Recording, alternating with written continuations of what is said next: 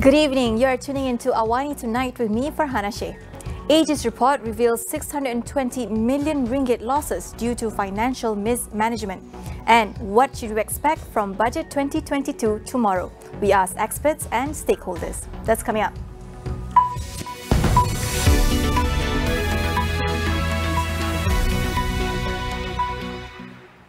Financial management non-compliance by federal ministries and departments has led to loss of public funds amounting up to 620 million ringgit in 2020. This was revealed in the Auditor General's report presented at the Dewan Rakyat today. Out of the 620 million ringgit, about 500 million involve irregular payment for maintenance service claims without being verified at the National Security Council level. The report also revealed that out of the nearly 105 million ringgit losses in public fund, 82 million ringgit were unclaimed penalties involving the Immigration Department, while another 4.8 million ringgit were for equipment received late and not installed at Istana Budaya. The Auditor General, Datuk Nik Azman Nik Abdul Majid, has submitted 29 recommendations to enable corrective action and improvements to be taken. The Auditor General and Public Accounts Committee also expressed their concern over the government's growing debt charges, totaling some 100 billion ringgit or half of all borrowings made last year. Separuh daripada hutang baru digunakan untuk membayar hutang lama yang telah matang, ya. Dan ini merupakan satu keadaan yang membimbangkanlah pada pihak Jabatan Audit Negara, ya. Kerana sepatutnya hutang tu dibayar melalui hasil ataupun hasil atau lebihan hasil yang ada, tapi namun keadaan kita fahamlah keadaan sekarang ataupun keadaan tahun 2020 adalah negara menghadapi COVID-19. 50.4% of the nearly 195 billion ringgit of new loans in 2020 was used to finance the principal repayment of matured loans. The federal government's debt in 2020 amounted to 879.56 billion ringgit, or 62.1% of GDP. The Public Accounts Committee will call up Treasury Secretary General Dato' Asri Hamidon and Customs Director General Dato' Sri Abdul Latif Abdul Qadir next month over the incomplete UCustom system project. PAC Chairman Wong Kah-Woh said the proceedings on the project would be held on November 10th and 18th. According to him, the PAC will hear from them first before deciding on calling other witnesses. The Auditor General's Report 2019 Series 2 tabled in the Dewan Rakyat recently revealed that the UCustom system of the Royal Malaysian Customs Department failed to be completed within 86 months even after being given 5 extensions. According to the report, nearly 273 million ringgit had been paid to the Suppliers and Project Management Office, while only one liquidated ascertained damage amounting to 55,660 ringgit was imposed. Wong said the PAC was also expected to hold proceedings on the issue of irregular payments involving the government's integrated trunk radio network project amounting to 499 million ringgit in December. The AG's report year 2020 found that the claim payment for the maintenance cost of the project has been paid without the validation of the KPI report. The government will leave it to the free market to determine prices of COVID-19 self-test kits. This is contrary to its earlier promise to lower down the ceiling price for the item. Deputy Domestic Trade and Consumer Affairs Minister Datuk Rosal Wahid said the decision was made given the assurance by manufacturers to lower the prices of the product by the end of the month. Hari ini kita menetapkan bahawa test kit salin buat ini RM19.90 harga runcit. Jadi apabila ramai yang memohon untuk menjual test kit ini, ada yang memberitahu kepada kita bahawa mereka sanggup menjual bawah pada RM10. Jadi ini suatu benda yang pada asalnya kita dah kementerian sudah bercadang untuk nak tentukan harga maksima, mungkin RM15 ataupun RM13. Tapi bila ramai player ini datang dan beradvokasi dengan kita, ada yang ingin menawarkan bawah pada RM10. Dan dia kata kalau dibenarkan dijual di pasar-pasar terbuka yang diuruskan oleh MDA, maka dia boleh jual dengan harga yang lebih murah. Earlier, the government had said that a lowered ceiling price for the test kits would be announced earlier than its initial plan in December. Meanwhile, the Deputy Minister said the item can be expected to be on the shelves of more premises, including malls, chain stores and petrol stations, for easier access by next month. Ahead of the tabling of Budget 2022, we explore some of the economic measures needed to spur growth and build resilience as the country navigates through the endemic phase of COVID-19. We speak to Taylor's University Associate Professor Dr. Hafizali Iqbal Hussain, who highlights key priorities for the budget to explore on its path to recovery.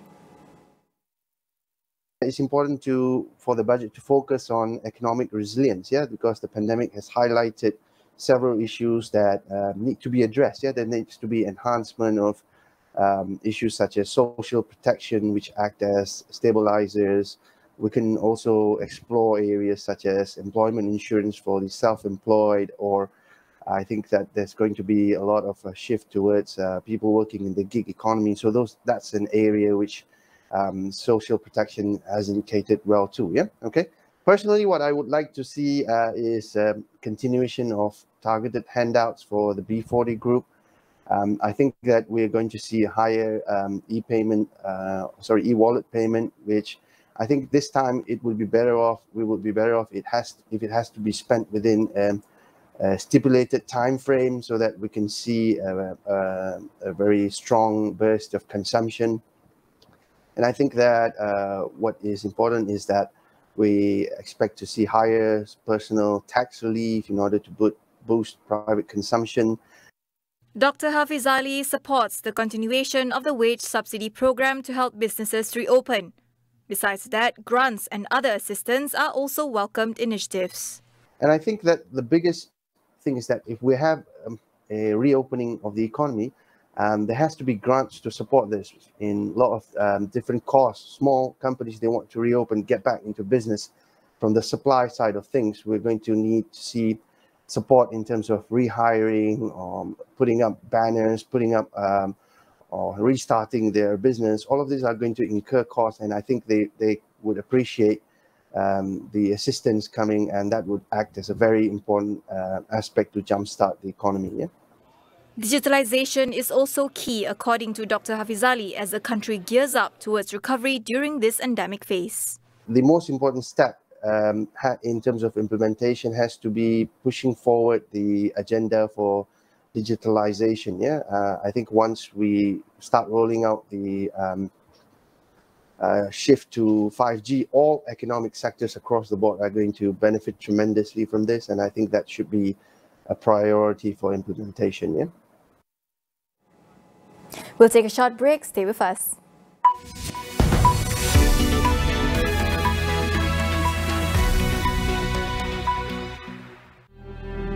Kes masih tinggi. Amalkan kebersihan yang baik. Basuh tangan dengan Lifebuoy atau sabun. Kuasa melindungi Malaysia kini di tangan anda. Kita jaga kita.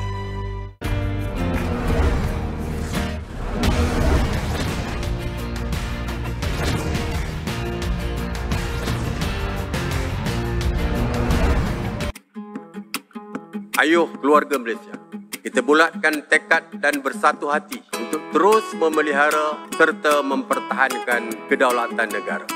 Sebagai keluarga Malaysia yang besar, kita harus bertoleransi dalam semua perkara. Hormat menghormati serta mengekalkan perpaduan rakyat yang berbilang kaum, agama dan bangsa, serta integrasi nasional silang budaya adalah tunjang kekuatan kita sebagai sebuah negara bangsa yang berjaya. Umpama selembar benang dikait, ditenun dan dijalin, akhirnya menjadi kain yang sempurna indah.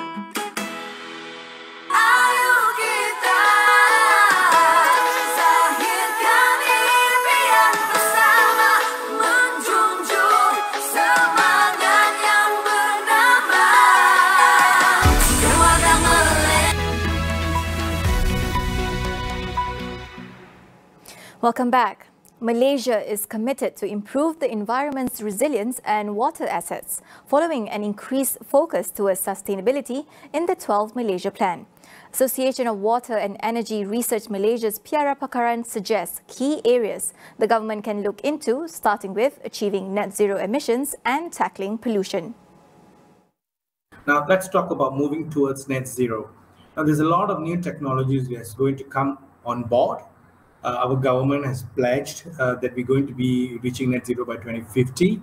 But I need to put a caveat here, basically, because a lot of these new technologies are also depending on resources. We need to do mining. There are also undersea mining being proposed for some of these chemicals. And you know, when you do mining, there's a lot of heavy metals that are going to come out. We're going to destroy sea. And we're also going to destroy the land. Because if we're going to solve climate change using toxic chemicals, then we're going to end up in a toxic world by 2050, which we need to solve in the longer run. And coming back to locally here, pollution is actually quite a serious issue. There's quite a lot of suggestions that we have put forward for the past 10 years, is in the 12th Malaysia Plan. So we need to look at how to tackle pollution using a more pragmatic way. Some of the solutions that are put forward, more like a loose connection, like integrated water resource management. I mean, this is a very loose connection. We can't get affirmative actions. What we need is legislative amendment. We need to go more stringent. We need to give knowledge to the local authorities. And through this, we can actually minimize pollution. Piara Pakaran said it is time to get serious in tackling environmental issues by adopting data-backed solutions that can provide tangible results. We were living in a utopian world, and we never saw the reality. We just gave, okay, I give you a lot of economic incentives. We want to grow this, we want to grow that. But does this growth into those areas are going to give us reliability? This is very important. Moving to 2050, we need reliable solutions. We can't just take things based on theoretical analysis and eventually take risk into our economic growth. This is quite a serious issue, and we have actually put up a memorandum on all these issues. We have already submitted to the members of cabinet. I hope they really look into this. And the coming budget, we really need to look at data and science to look at affirmative actions which will give us tangible results. On to the international front. Singapore's Health Ministry said that it is looking into an unusual surge in COVID infections.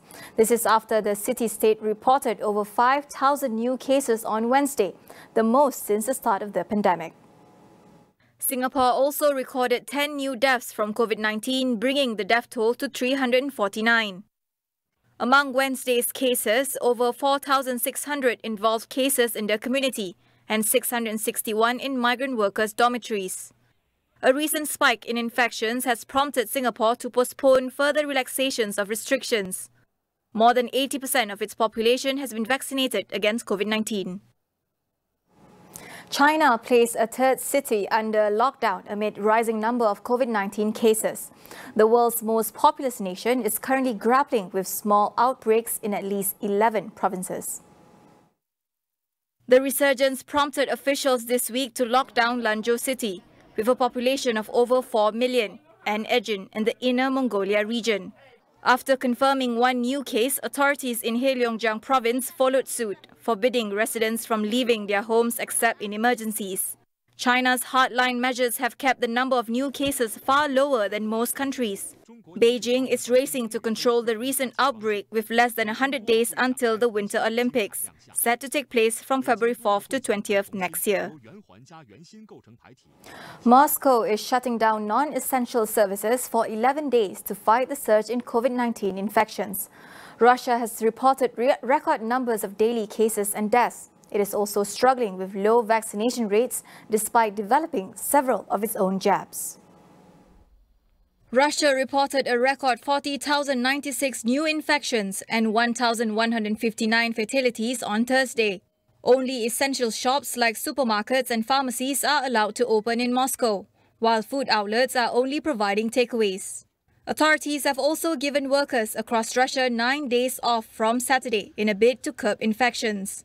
Only nearly 33% of its population is vaccinated against COVID-19. Despite an intensive vaccination drive, many Russians remain suspicious of the Sputnik V vaccine, which is internationally recognized as an effective shield against COVID-19. The annual ASEAN summit began with the exclusion of Myanmar's military chief Min Aung Hlaing over the lack of progress in grouping's peace plan. Tonight on Consider This, we ask our guests on moves to restore democracy.